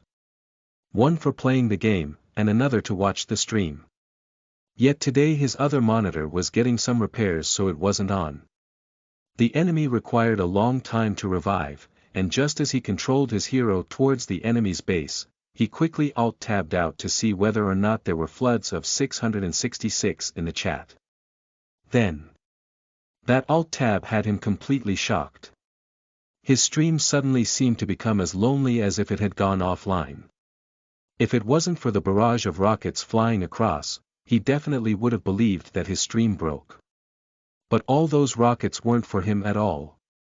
Glancing at the view count again, it was only a few tens of thousands, and most of those people were either bots or just had the stream on, but weren't paying any attention to it at all. Why? He remained perplexed on what was suddenly going on, and clicked on the link to the rocket spamming stream. Then looked at the viewer count. The same situation occurred in every other stream. At that moment, Yi Qing's mailbox was already stuffed full with messages. Not bothering to spare a moment to look through them, he continued on to happily spam more rockets. To be completely honest, these kind of extremely eye-popping donations seriously felt too goddamn good. The animations were turned off on the computer, but Yi Qing had the stream open on his cell phone, and was able to witness the chaos he was making in clear high definition. Right now Dowdoo didn't even know what to do anymore. So she used her still unfamiliar singing voice to persuade Yi Qing to stop spamming. Yes, Dowdoo right now was very nervous as she wasn't familiar with the viewer at all. The viewer all of a sudden began to spam rockets for her, yet each and every single time, just when she thought he had reached his limit, he would smash that belief to bits right after. Just who was he? This question was floating around in Dowdoo's mind, and also in the minds of all the viewers. The audience was already apathetic to the 666s in the chat. Rather, right now they were all bickering over who, "That's right I was here," actually was. Some guessed that he was a school principal, but that was quickly rejected by everyone. Some guessed whether or not it was one of those rich boys who float between streams, yet that was also quickly rejected by everyone. Because this kind of donating style wasn't like them at all, as there was no way they would mask their names and spam rockets like no tomorrow. Seeing the intense fighting within those supporters to guess who he was, Yi Qing, who had already spammed over 800 rockets, secretly felt extremely superb. You guys definitely won't guess who I am, definitely. Those in the audience who weren't supporters yet, were all madly trying to count the number of rockets sent. They, under no coordination, all gave out a 893 out of 1000 answer at the same time. All those rich misters from before all had an unspoken rule. They all liked to donate whole numbers, such as 10, 20, 50, 60. It wasn't that there wasn't anyone who spammed donations 100 times in a row, it was just that it was too rare to see one, as there was at most one per year. Yet now there was this new rich man, who with jaw-dropping speed, was breaking one record after another, and at the same time setting new records one after another. Then, going from how things were going right now, this unknown rich mister's target was definitely 1000 rockets. Right now the viewer count had surpassed the 5 million mark.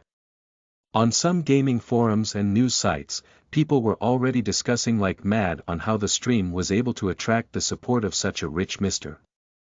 It was just what Dowdu was doing let everyone down. She covered her face with both of her hands, with no courage to even take a glimpse at the ever-increasing counter. Several tens of seconds passed before she even mustered the courage to slip a peek between her fingers. Quickly taking a peek at the number, she then quickly hit herself again. 998/1000, 999/1000, 1000/1000.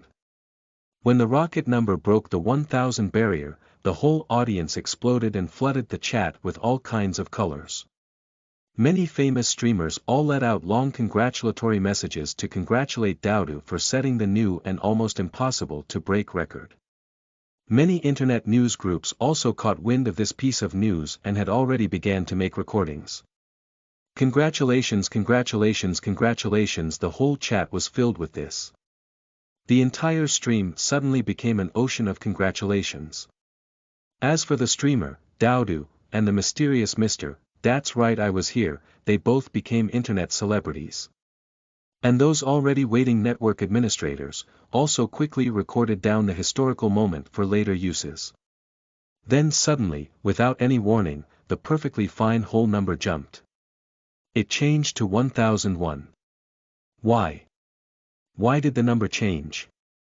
The move by Yi Qing has everyone lose it.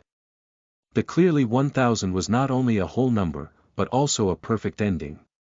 Yet it was just like that was completely ruined. Many audience members with OCD, obsessive-compulsive disorder, all hate not being able to wipe that last digit off.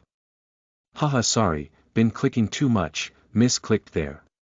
Yi Qing sent a flying kiss emoji, and mashed out the following. But if you guys are able to guess who I am, I'll send another 999 rockets to get a whole number. A period of silence, then the audience, as if having been hit by a nuke, completely went berserk. "Godly Mister, who are you?" The godly Mister replied. "Everyone come and guess."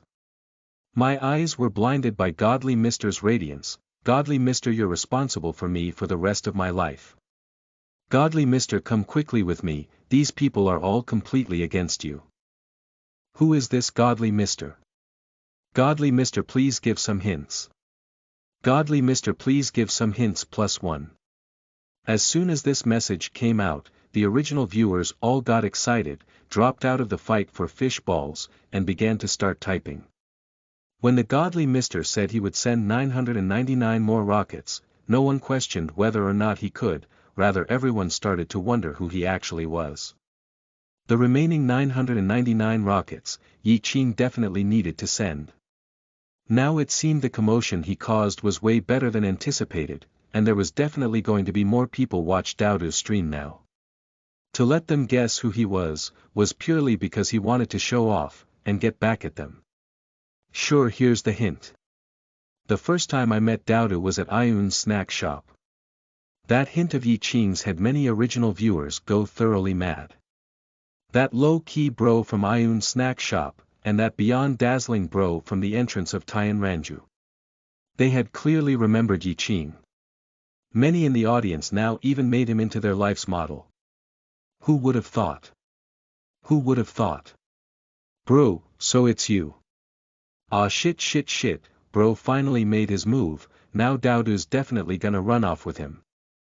Bro, why you gotta be like this, we completely can't do anything. I completely bow down to the majestic you. Originally I thought this was something coordinated by the site. Yet who would have thought I would doubt you? Only hate not being a girl and can't be your partner. I'm sorry, my suspicion from the beginning was uncalled for. Who would have thought it was you, bro? Idol, I'll only admire you for the rest of my life. Accompanying the audience's crazy praise, was Dowdu's shocked beyond the world expression on the screen. Yi Qing, who was joyous beyond belief, continued on with his rocket spams. Chapter 68. It's really over now. You are listening at novelfull.audio. Translated by me, edited by Trapetro. 2,000 rockets, not one more, not one less. Yi Qing completed his promise, and also completed popping everyone's eyes out. Tonight, Dowdu's stream became everyone's go-to attraction. In addition, viewer counts remained stably at 2.5 million. The audience also found a new reason to watch the stream: embarrassment. Yi Qing's generosity not only knocked out the audience, it also knocked the living daylights out of Dowdu. She, just like everyone else, thought that the two chance meetings at Ayun's snack shop and Tian Ranju had Yi Qing fall in love with her. Hence, she thought he was using this kind of rich man-only style on stream to chase after her. Some online news sites even used the audience's guesses as a topic to make news out of. No longer were rich men chasing girls using luxury cars, rather they're gifting rockets. You can't really blame the audience for this. Not only was Dowdu beautiful, had a nice attitude, but she was even proficient in multiple arts. Any normal man would think about her, the only difference here was how much they were willing to sacrifice for her. No one would have thought that this all started with a scooter being shown on camera. Right now lots of the original audience were all making fun at Dowdu with stuff like, "No, Dowdu's now gonna become his missus. It's really over now. Look, Dowdu's face has already turned red. I'm clearly a man, but I hate not being able to change sexes. It's all over. Haven't you guys seen the stir bro caused on the forums yet? Dowdu's gonna be famous now, yet she's also gonna leave us and go off with bro." Dowdu, with her fully flushed face, refused to make a comment on the subject. Using these actions to force Dowdu to like the still unfamiliar Yi Qing was definitely out of the question. But that still didn't change the fact that Dowdu still believed that Yi Qing was chasing her. Low-key, excellent, gentle, successful, self-confident. That kind of man was easily able to satisfy many girls' dream conditions. With this excellent of a man chasing after her, there was no way Dowdu would find this irritating or annoying. This had some sort of fairy tale feel to it with the prince coming to her rescue, yet that was already embarrassing enough. With the audience fanning the flames in the back, naturally it was even more embarrassing. It was even possible to feel how embarrassing it was from just the surrounding atmosphere. When the rockets reached 1,000, Dowdu had already tried contacting Yi Qing through private messages. Dowdu believed that there was no need for Yi Qing to be like this. No matter if it was the first or the second time they met, they both gave her a clear and deep impression of him. Seeing people as equals, without any signs of looking down on people, and possesses an eye-gathering confidence. Yes, Dowdu believed that there was no need for Yi Qing to be like this. Even without the astronomical gifts, she was still willing to be friends with him. On the contrary, with Yi Qing spending money like this, apart from raising the embarrassment in Dowdu, it also made her worry about him being too dazzling. If they actually started to date, then wouldn't there be a bunch of girls just like her waiting for their chance to strike? But no matter what, Dowdu would always believe that Yi Qing was being too wasteful like this. When she got her hands on the donations, she would definitely think of ways to pay it back. Giving it back directly was definitely out of the question.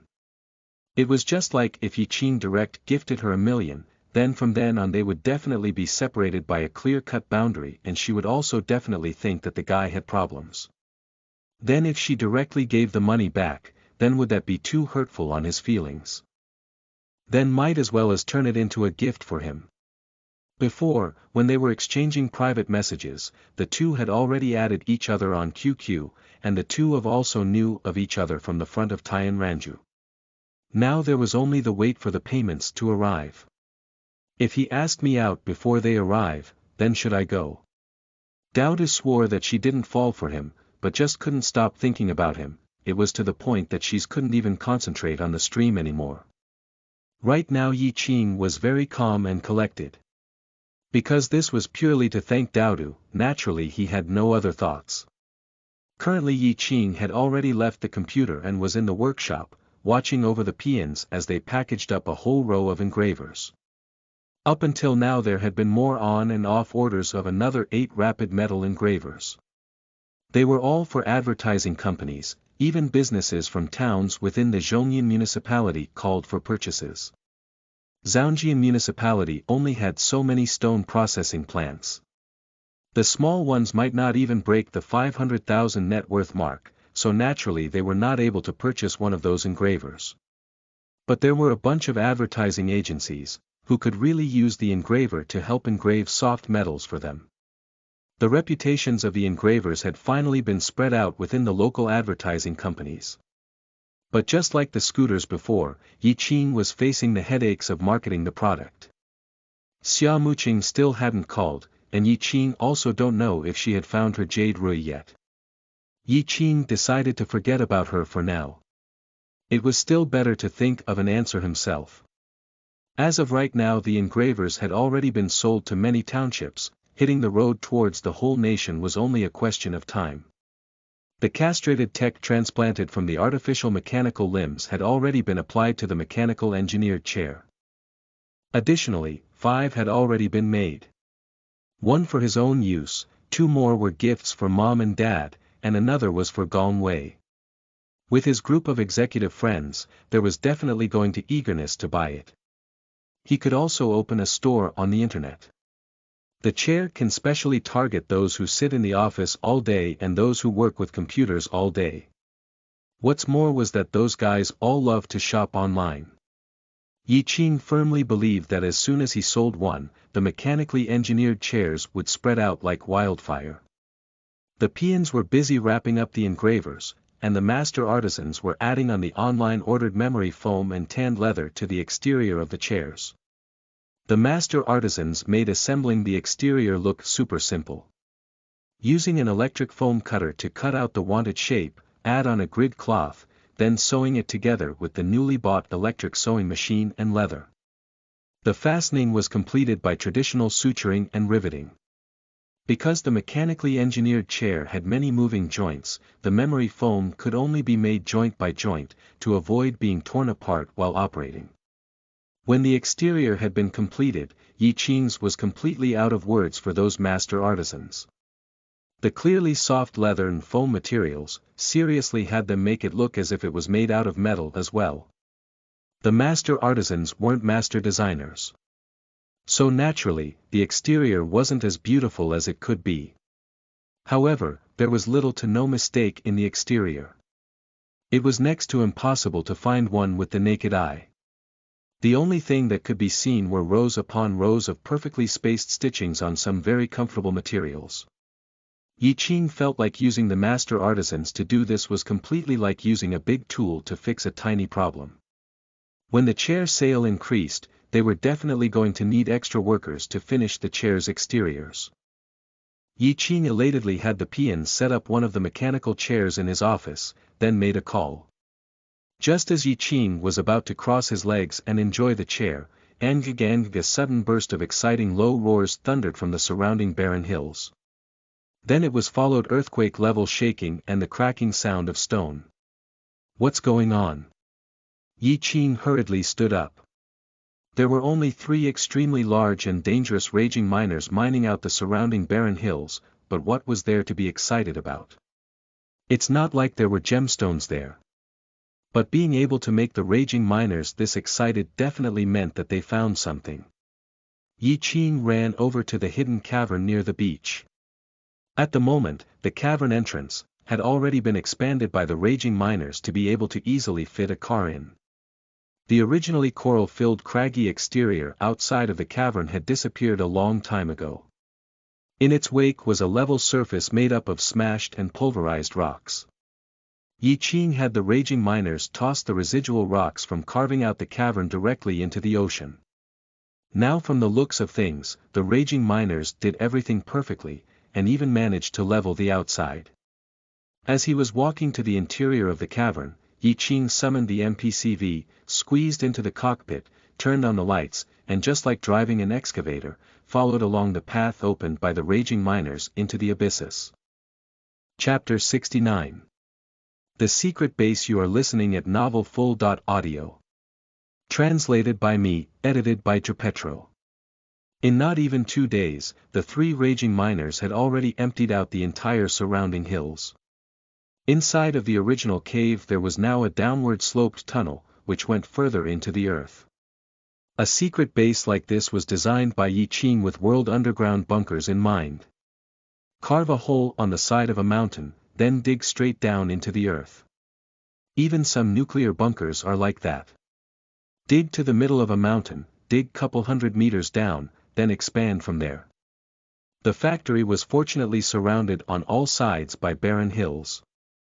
Under those lonely conditions, with the outrageous raging miners in hand, there was just no reason for Yi Qing to not build a secret lair. The tunnel was very wide, easily able to fit 2 trucks side by side.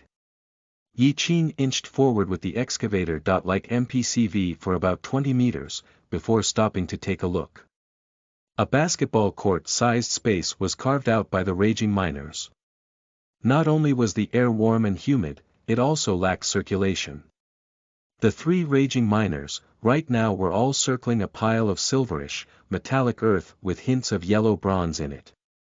Under the lighting of the MPCV, their eyes were full of excitement, their dragon-like skulls kept sniffing the pile, and even went to lick it from time to time. This was clearly a kind of metal ore, it was just that Yi Qing didn't know what kind of metal it was. If it was silver then that was definitely hitting the jackpot. As the raging miners kept on getting intimate with the rocks, suddenly the monster factory cell phone started to beep and Yi Qing pulled it out for a look. Notice. The raging miners have found a highly pure vein of titanium, purity level 63%, highly worth mining. The raging miners really don't disappoint. No metals were able to escape their detection, and they were even able to determine its concentration with just a lick. Titanium ore. Anyone who was in the mechanical industry knew of titanium, one of the most popular metals in the whole world. Lightweight, robust, highly temperature-resistant, and anti-corrosive. It could be said to be the most sought-after metal by all nations in the world. Countless metal alloys required it, and it was also widely used in every industry. Take a jet engine for example. If it used titanium alloy in its construction, then not only did it lessen the weight, it also massively increased its structural strength and temperature resistance. A jet engine easily cost millions. If it lost weight, then not only did it save on fuel, but it also increased carrying capacity. It also got an increased lifespan and reduced maintenance costs. Countless advantages, many to the point of having even driven people mad. Yet no matter how great the titanium was, it was also an uncrossable obstacle for many major corporations. Its high temperature resistance restricted it from being able to be mass-produced. Its robustness and low wear also made it extremely hard to process. Thus the situation now. Too few titanium alloy producers, and too many manufacturers looking for them in any way possible. There were many titanium mines in the world. If you just went and grabbed a handful of dirt from anywhere, there was a 0.00 something chance of you finding some titanium in it. The coast was well known for its many titanium mines. Those who spent much of their time next to the coast would be able to notice some black sand mixed in the normal sandy beaches. Those are fragments of titanium after it has been repeatedly rinsed and washed by the ocean for millennia. It was just those titanium fragments had no real usage or value. Not only was it of low purity, it even had other metals mixed in it. On the other hand, this 63% pure titanium had a lot of potential. Right now, the raging miners found a titanium ore vein in a hill range on the coast. Moreover, the titanium was of extremely high purity. The key point here was that Yi Qing also possessed a way to mass-produce titanium alloy. As the Level 3 monster factory came with a metal smelting center, and the blueprints to create nickel-titanium memory alloy. Nickel-titanium memory alloy. Just the name alone already made it better than awesome. Now with the raging miners like this, it was clear that this pocket of titanium ore wasn't small at all. Having exposed only the tip of the iceberg, there was definitely more underneath. The question now was the metal smelting center and its super large construction costs. Just the necessary 50-ton electric furnace and 10,000-ton pressure press alone cost over 20 million. As for the rest of the parts, the monsters could definitely make them. It was just that the cost of the materials alone would exceed several tens of millions.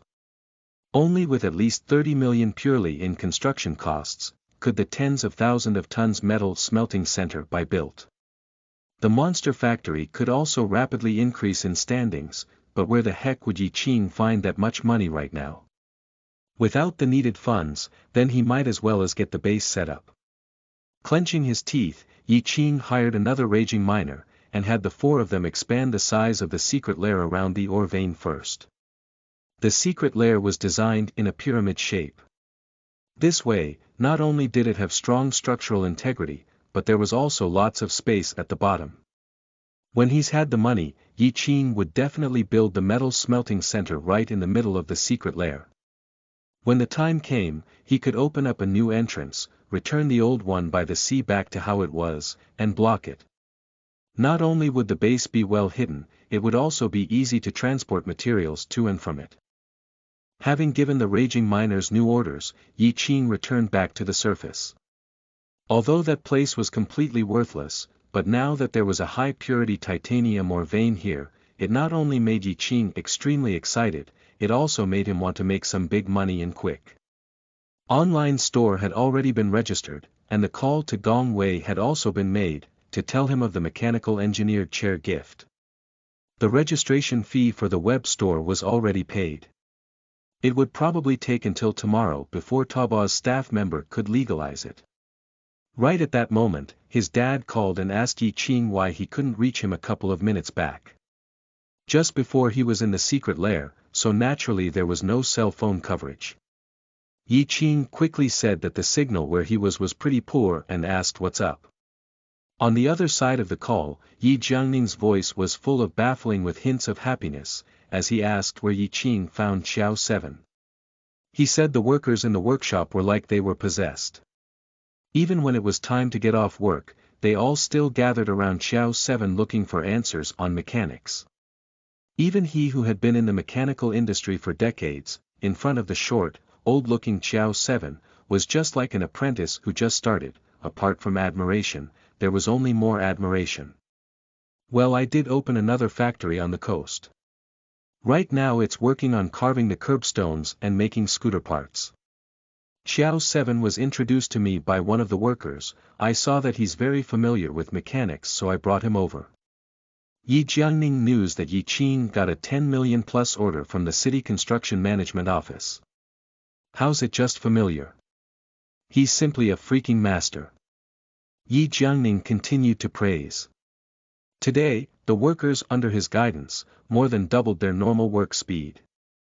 One of the workers asked him how to not drill askew with the hand drills. He actually came up with more than 5 ways right on the spot. From what I'm seeing, how isn't he a university professor yet? He doesn't have any diplomas or degrees. The knowledge he has right now are all from his past experiences. Hearing that the old factory was on the road to success, Yi Qing also felt happy and relieved. I need to quickly go back to learning. Seriously, who would have thought that these workers had this high of an enlightenment?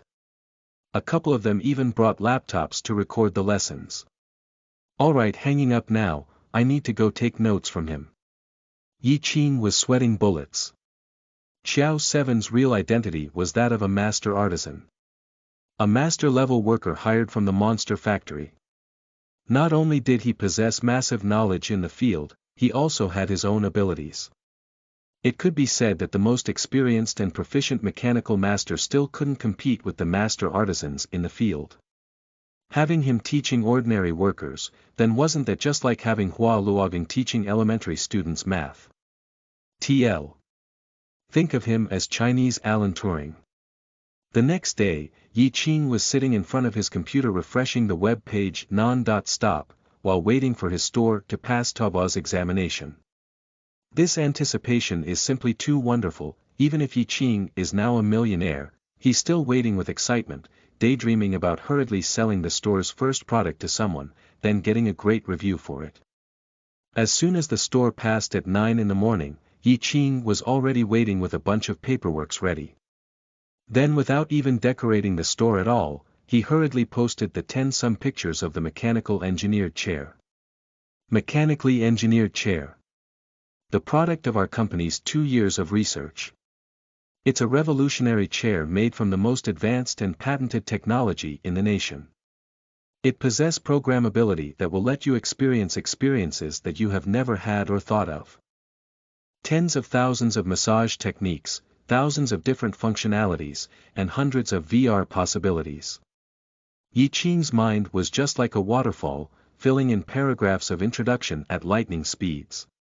Yi Qing didn't feel that those words weren't exaggerations at all. When the clients personally experience it, they'll find that the introduction was simply too conservative. Lastly, on the price field, Yi Qing clenched his teeth and filled in 49,999. Having posted the only product in the shop, now there was only the wait to see if there was any. Dumb. Air. Ought to be a rich mister, who was willing to be the first. What could he do? There was no way that this kind of chair would be cheap. At worst, when Gong Wei has experienced the revolutionary chair, and introduced it to his friends, Yi Qing could have them order it online and also increase its sales volume. Yi Qing never counted on the first product to be sold online. It was just that within 10 minutes of posting the product, the chat specifically used for contacting the buyer started beeping. Can I ask if you need to increase the store's reputation? We've got a great set of skills to increase sales, and you don't even need to pay a penny. Mark my words. FK off. Yi Qing, who went excited for all the wrong reasons, immediately told him to FK off. Only retards will buy this stupid chair of yours. 50,000 for one, why don't you go f***ing rob a bank? The guy with the ID online advertising specialist sent over a jeering emoji. Having perfect confidence in the product, naturally Yi Qing wasn't worried about its sales in the future. It was just that apart from that advertising dude, even until later into the afternoon, there was no one willing to buy the chair. But on the contrary, there were a bunch of people that jeered at Yi Qing for the ridiculous price. The chair's price was simply set too damn high. People who sort the price from high to low, very easily found the mechanically engineered chair. Who cared if no one bought them? Yi Qing prepared to wrap up one of the chairs and gift it to Gong Wei and have him help with the advertising. Beep beep, yet right at that time, the cell phone suddenly had a notification alert. Owner, is this chair of yours really set at that price? A client named Chang Yu contacted. I see that this chair of yours has an extremely high-end appearance, and it seems like it'll definitely be a great product, but why is it set to be this expensive? Don't buy if you think it's too expensive. This chair of mine isn't something you can afford. Yi Qing, having been jeered at for the entire afternoon, completely stopped giving a shit. You're looking down on me. Chang Yu sent a sweating expression, and continued to send. Do you know how much these words of mine that I just sent you are worth? How much is it worth? That was simply too hilarious, so Yi Qing decided to dally with him a bit. Not too much, but if I were to copy this chair introduction and publish it, then it's probably enough for one of your chairs. Chapter 70. The author's examination. You are listening at novelfull.audio. Translated by me, edited by Trapetro. Not too much, but if I were to copy this chair introduction and publish it, then it's probably enough for one of your chairs. Seeing that, Yi Qing laughed and messaged back. I clicked my mouse a bit and spent over 1 million yesterday. Chang Yu. The two were clearly telling the truth, yet neither believed the other. Within a certain high-end apartment unit in the first ring of Beijing, a handsome young man was sitting on a Herman Miller ergonomic chair, using a very upbeat typing style to chat with Yi Qing. He was Chang Yu, the author of the super popular book I'm Really a Superstar, hosted on Qidian Novels. His success naturally couldn't be separated from his hard work. At least 8 to 9 hours a day, he was sitting in front of his computer typing away at his creation. Sitting for such a long time, without an ergonomic chair to protect the back and the neck, was putting the body up for major health concerns like neck pain and cracking hips. As of right now, the chair he had was a flagship product made by Herman Miller. In its entirety, it was priced at over 8,000 yuan within the country. The chair was very comfortable to sit in, and had quite the quality. It was just that when the chair had been used long enough, a lot of the parts gets worn and become lost. Hence Chang Yu's decision to get a new chair. Herman Miller was his go-to choice, but buying things naturally meant browsing through lots of other choices, so he conveniently ordered the products from the highest price to the lowest on Taobao. High prices naturally meant little to no buyers. Sure enough, there wasn't a single sale for any products on the first page. Redwood chair, deer hide chair, president's chair. Those were all things that were only for the looks. Sitting a long time continuously in them would easily make people go crazy. But there was one chair that was completely different from all the other chairs that attracted Chang Yu's eyes, the mechanical engineered chair. The chair didn't have the traditional office chair's wheeled base, or even the must-have higher adjusters of the ergonomic. A chair without height adjusters meant a low-end product. This seemingly large and super sturdy mechanical chair had some folding mechanism at the bottom that seemingly looked like a mechanical arm. The introduction also said that the mechanism at the bottom of the chair could raise or lower as one pleased, and turn 180 degrees in any direction. This introduction basically made it sound like tiers above any other chairs in the world. That was if the introduction wasn't lying. Tens of thousands of different experiences. Eddie Chang Yu definitely wasn't believing it, but the chair was just too engaging to look away. Yes. When compared to those executive chairs that had carvings, imprints, and the fanciest leather in the whole world, this chair only had a layer of simple leather. The chair was crude and simple to beyond belief. It had got nothing fancy at all, just a layer of leather covering. Yet it was just that this simplicity, when paired with its crude outlining, gave Chang Yu an illusion of seeing the spaceship pilot's chair from the future. The mechanical engineered chair pretty much lacked everything, yet it had some mesmerizing mechanical beauty showing through. It was just that the price set for the chair was too damn high. But even if the price was high, it wasn't like he couldn't afford it. Chang Yu felt that if this seller actually tried to market the chair a bit, then he probably would have already bought it. But now the question became that the seller didn't even seem to want to sell the product. Some stores just love to do promotions, for example set a product's price to be super high, just to attract more customers.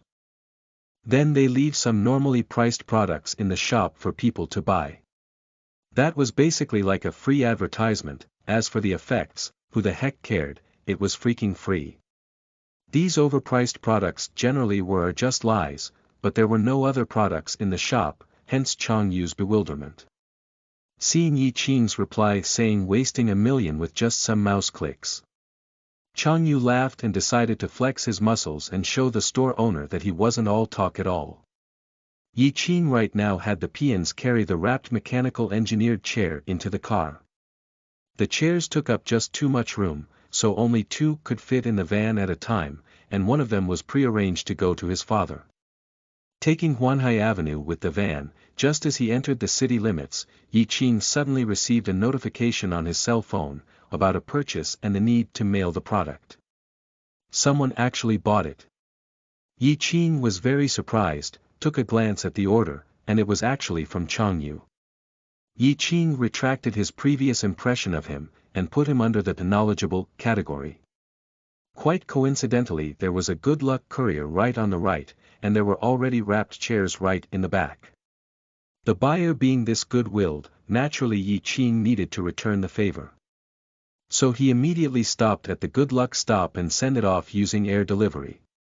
The whole process took less than 10 minutes. As for Chang Yu, who was still sitting in front of his computer, he was completely dumbfounded. He believed that Yi Qing wouldn't be able to send off the product at all because those things ought to never have existed in the first place. Without any products to send, the seller naturally needed to come to him in goodwill to discuss canceling the order. Now it was seriously en route. En route. Chang Yu felt like he had just been deceived. When it arrived, it was definitely going to be a regular chair. But that wasn't a problem at all, there was a no condition needed return policy in the terms and conditions. Moreover, even if the seller doesn't offer refunds, the site's admins could also step in and directly return the fees. Having sent off the product, Yi Qing didn't leave Chang Yu a message, and Chang Yu didn't ask for one either. Both parties were quite happy with the development. In the afternoon of the next day, Chang Yu got a call from a delivery man while he was chatting away with other netbook authors. Chang Yu ordered a bunch of stuff in the past couple of days. Not knowing which one it was, he had the delivery man send it up. "Can you come and help me carry it up? The thing weighs over 100 pounds. 100 plus pounds. Chang Yu thought for ages, but there was nothing apart from that chair that weighs that much. He was seriously willing to sell it, and even used Good Luck Courier at that. Going downstairs and helping the delivery man drag it into elevator, then dragging the thing into the den by himself, had Chang Yu sweating bullets and gasping for breath. If he really was a liar, then he was seriously a hard-working liar. The chair was tightly wrapped and packaged. The packing tape was tightly wrapped round and round with no signs of crooked wrappings. Just like as if it was machine wrapped. While he was finding the scissors, Chang Yu sent a couple pictures of it to the other authors in the group, and told them that his 50,000 yuan mechanical engineered chair was here. Before in the chat group, Chang Yu had already introduced the chair yesterday, and even linked the store. He jokingly told them that he was going to personally teach everyone a lesson, so don't be too rash. As soon the pictures were sent, the group suddenly became super active. The Hepburn downstairs. Ed. This is someone's username, quickly open the damn box, I can't wait anymore. 8-month Eagle. Deity you, don't bother opening it, just return it straight up, that way you don't even have to repack it. Full metal ammunition. Open it, damn it. 50,000 a chair, I need pictures to show off that I know rich people. I'm the store owner. Deity you, why don't you link the webcam, and let everyone join in the fun. As soon as "I'm the store owner" came through, everyone immediately joined in, saying, link the video, let us expand our horizons and see what this revolutionary mechanical engineered chair is all about. Everyone in the group was a deity-level author, they all spent their time writing year-round, and more or less were all infected by the occupational disease. Hence, those people were the ones with the most demanding requirements for chairs, and were also the group of people who swapped chairs the quickest. Chang Yu generously turned on and linked his webcam, it was all friends anyways, everyone was making fun of each other, so letting them see something hilarious was definitely not a problem. Having linked the webcam to the group, the number of people of active suddenly shot up to over 70. Everyone here were well-known and popular authors. Many of the IDs here had much higher search indexes on search engines than all of those celebrities.